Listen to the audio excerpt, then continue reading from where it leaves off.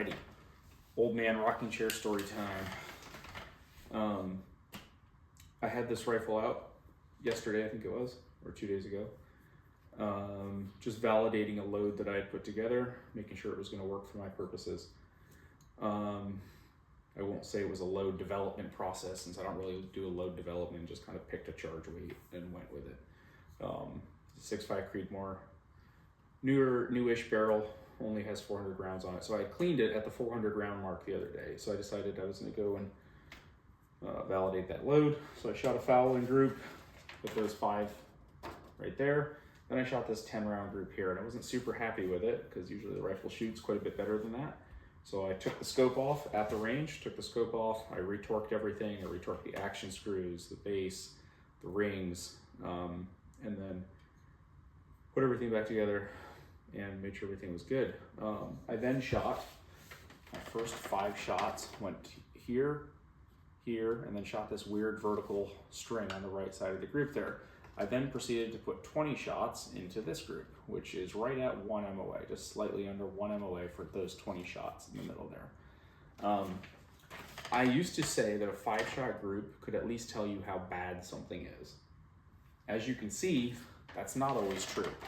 So a 5-shot group can really mislead you, not only to think that something is good when it's actually a crap charge or a crap load, but it can mislead you in thinking something is terrible when it's actually, I would consider that an excellent functional, shooting load for this rifle.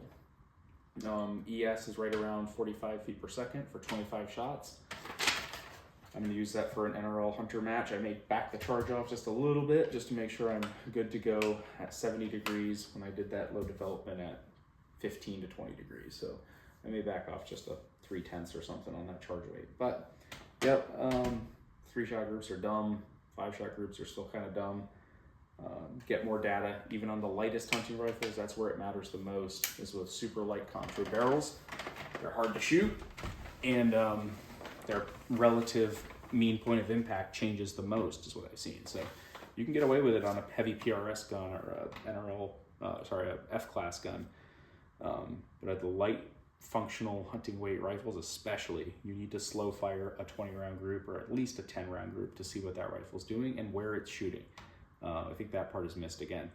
The difference is there's guys out there, and a lot of gun tubers with reloading channels, that love to show you that 1/2 inch group that they got, even though the other 10 or so groups that they shoot with the rifle are all larger or they're not in the same location.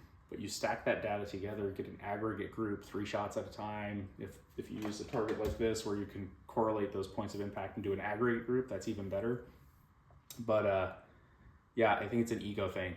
People want to show you that what the rifle did once, it did this one time. I want to know what my rifle does every time. I want to know what my worst possible shot is when I'm taking a shot at an animal or in a competition. I have to know what the actual accuracy capability is of that rifle. What can it hit every time?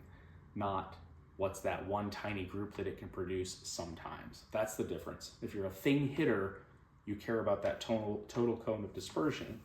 If you are out there for the Instagram likes of shooting a itty bitty bug hole group, then keep doing 3-shot groups. They're going to be much kinder to your ego. Rant over.